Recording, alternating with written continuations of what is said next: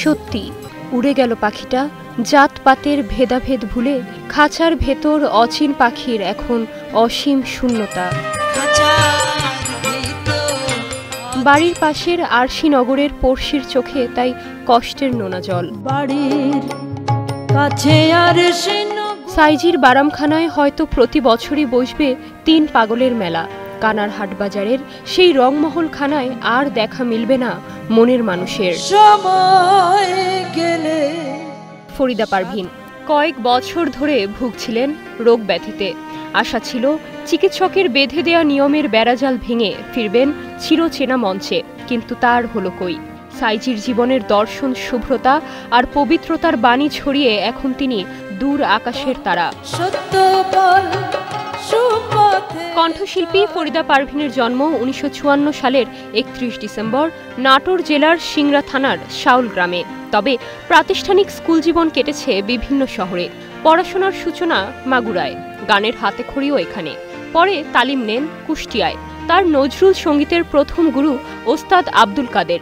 এরপর ১৯৬৮ সালে রাজশাহী বেতারের তালিকাভুক্ত নজরুল সঙ্গীত শিল্পী নির্বাচিত হন ফরিদা পারভীন।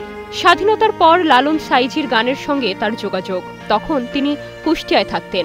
লালন সাইজির গানের তালিম নেন গুরু মোকসেদ আলী সাইয়ের কাছে। ফরিদা পারভীনের কর্মজীবন সঙ্গীতময়। শুধু লালনের গান নয়, একাধারে গেয়েছেন আধুনিক এবং দেশাত্মবোধক গান। সব গানই সমানভাবে জনপ্রিয়। তবে তিনি সবার হৃদয়ের মণিকোঠায় আছেন লালন কন্যা হয়ে। ফরিদা পারভীনের কণ্ঠে লালনের গানের যে চর্চা হয়ে এসেছে গেল ৫ দশক ধরে, সেটি প্রজন্ম থেকে প্রজন্মে ছড়িয়ে দিতে প্রায় ১৬ বছর আগে তিনি প্রতিষ্ঠা করেন গানের পাঠশালা অচিন পাখি সঙ্গীত একাডেমি। সঙ্গীতে অসামান্য অবদানের স্বীকৃতি হিসেবে ১৯৮৭ সালে ২১ পদক পান তিনি। এছাড়া ১৯৯৩ সালে পেয়েছেন জাতীয় চলচ্চিত্র পদক।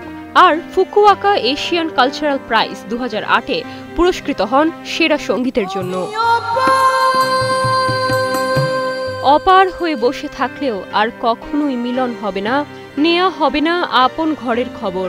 মল্লিকাদের নাম ভুলে গেলেও ফরিদা পারভীন থাকবেন হৃদ মাঝারে আপন হয়ে।